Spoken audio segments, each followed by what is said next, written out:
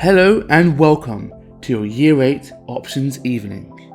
To make your remote experience more interactive, you should download the Explore WSO app, which is available right now on iOS and Android.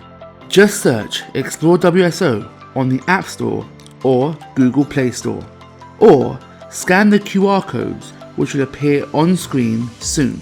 If you've already downloaded Explore WSO, we recommend you still scan the codes to make sure you've got the latest update.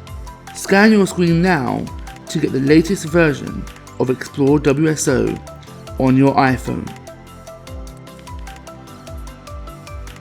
If you've got an Android phone, scan your screen now to get the latest version of Explore WSO.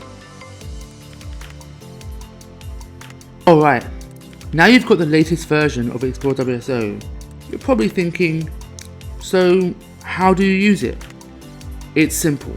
Once you've opened the app, on the home screen, enter your name. You'll then be taken to a screen where you can enter the subject codes. Throughout this event, you'll see presentations from every subject. During this time, you'll be shown the Explore WSO code for each subject. You just type the code at the top of your screen and click Submit to collect a badge. Your goal is to collect all subject badges during this event. So those instructions one more time.